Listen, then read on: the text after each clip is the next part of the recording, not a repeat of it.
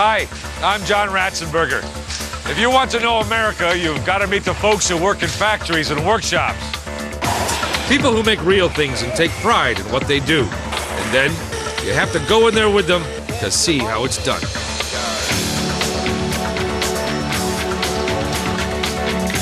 So that's what I did.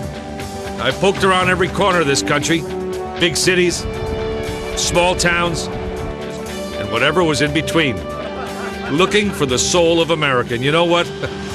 I found it everywhere.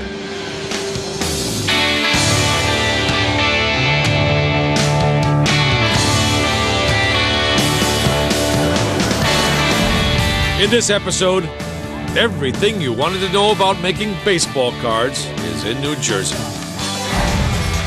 And that little plastic baseball that drives sandlot hitters crazy, it's in Connecticut. As for state-of-the-art bicycles, well, they're in Pennsylvania. So sit back and relax, because we've got it made in America.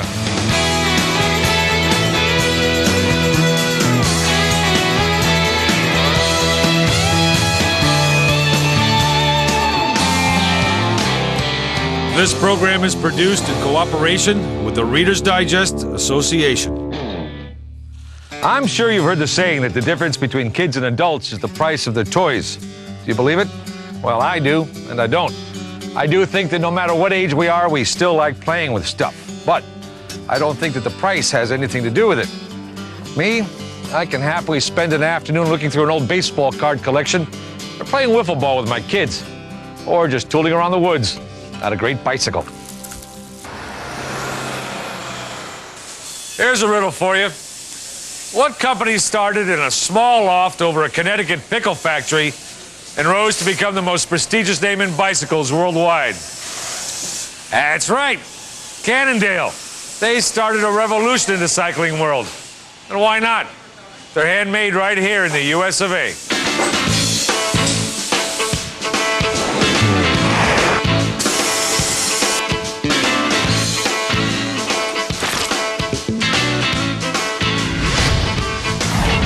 Bedford, Pennsylvania is a quaint little town, population 3,141, just north of the Maryland border.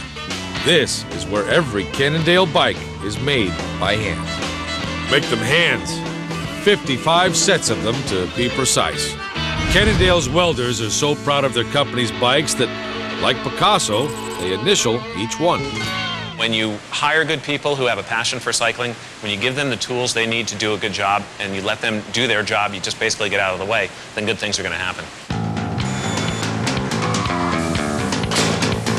Well, good things happen when you make them happen, like Cannondale did. Let's talk about how they did it. Before Cannondale rolled onto the scene, the majority of bike frames were made of heavy-gauge steel. They were strong, all right, but way too heavy for getting off the pavement. Technology rode to the rescue. In 1983, Cannondale founder Joe Montgomery impressed the world with a super light and, more importantly, super strong bike made from oversized aluminum tubing. Bicycling has never looked back. All right. Troy Clark lets us in on the secrets of Cannondale's signature design. That's what we're known for. Cannondale is known for using larger diameter tubing. That's right. I've seen it. Now, why is that? Why would you have that down strut, a thicker tubing than the cross piece and the other diagonal? Because it increases the strength, and it also fights against flex. So when you're doing some serious mountain biking, then Yes. when this hits, boom. Yes. That holds the road as it were. That leading-edge technology is what enables Cannondale to claim a place among the world's top racing and mountain bike makers. And it's also what inspires rabid devotion from the most avid mountain bike riders. What's unique about Cannondale is really our commitment to manufacturing here in the U.S. We're the only large-scale manufacturer of bicycles that makes every single one of its bicycles here in the United States. Let's go through the process together. On here we're using a laser to cut the end of the tube off. It's going to come up and it'll do a drain hole. Holy man, I've never seen that before. That's Star Wars stuff. That's a laser beam. Yeah. Behind this red curtain, master welders join aluminum pipe pieces to form Cannondale bike frames. This curtain is designed to protect passersby from the flash, the blinding light from the TIG welding going on behind it. Right here. Anytime I buy something that has to do with metal, I'll always look at this bead. Because, you know, if it spits and it's rough all around here, you know, it's a bad bead. And, Yes. And that they probably didn't take a lot of time. But these are beautiful. Yes. That really is an art form, isn't it, to do that right? Yes, it's an acquired skill. It takes a lot of years to be able to weld a bead this smooth. And this is like this? Yes, that's correct. Pedals will be here.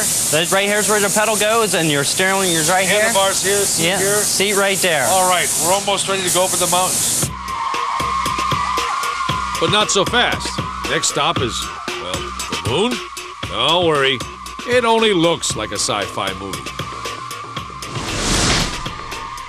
After welding, the frames have to be sanded, and sanding produces noxious metal dust.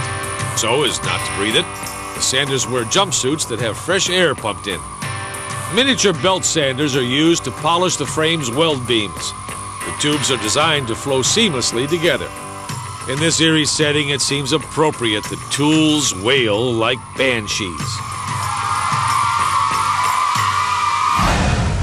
After sanding, the bike frames go through Cannondale's top secret heat treat process. This bike just came out of the oven. Because it came out of the oven, it would be soft.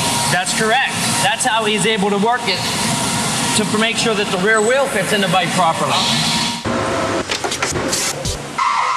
So that's how the ultimate bike frames are built. Now let's see how they're painted. No doubt you'll get an electrostatic charge out of it. So is there a current going through the frame now as they're painting it? No, the frame is just grounded where the paint actually has the positive charge. No drips or paint globs need apply. The final touches are some intricate decal work to make each bike unique. She's taking the air bubbles out from underneath the paper. Sure. Every Christmas, my son and I have gotten into the tradition of we make a model of something. And this is always the hardest part. This is a very difficult process. It's an acquired skill. It takes a long time to learn how to get this on here without tearing it. These decals are actually small layers of paint applied to the paper. They must call this crew the spokespersons. Oh, you've done this before. It's not a bicycle without tires. It'd be hard to pedal, wouldn't it? Yeah, it's a little different. I'm not going to try. That's a lot of neat-looking gear you've got on there, Troy. What's all this? We've got the shifters here, front brake, rear lockout for the rear suspension, Another shifter and the front brake right here. You've got suspension on the rear that locks, that cancels it? Yes, you can actually turn it on and off when you want suspension and when you don't. It's great to know that bikes have suspension now. I remember those teeth-rattling bumps off of curbs when I was a kid. Yeah, you wouldn't even feel a bump with this bike. Call it bumpology. That's what they study in Cannondale's stress analysis lab. Senior test engineer Mark LaPlante has been with Cannondale for 20 years. The man knows a thing or two about fatigue. This is handlebar fatigue. What we're trying to find out here is how long these handlebars will last over the lifetime of their use. This is brake fatigue, John. It simulates you squeezing the brake lever over and over again thousands of times. Here we have seat post fatigue. It's when your butt hit the seat. That's it, over and over again. That's a lot of riding. And this is... Let me guess, something to do with fatigue. That's right, frame pedal fatigue. You guessed it, simulates climbing a hill. I'm surprised you're not fatigued. Life expectancy for a Cannondale bike is measured in tens of thousands of miles. Other brands can only eat Cannondale's innovative dust.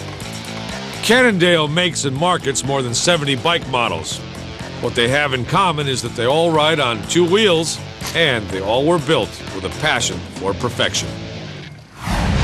In just over 20 years, the craftsmen at Cannondale have made over 1 million bikes. How many miles traveled? How many races won? How many new vistas seen? Who knows? But the road does call, and the American spirit has to answer. Look at that, it's raining. No problem. I'm on a Cannondale. Ha ha!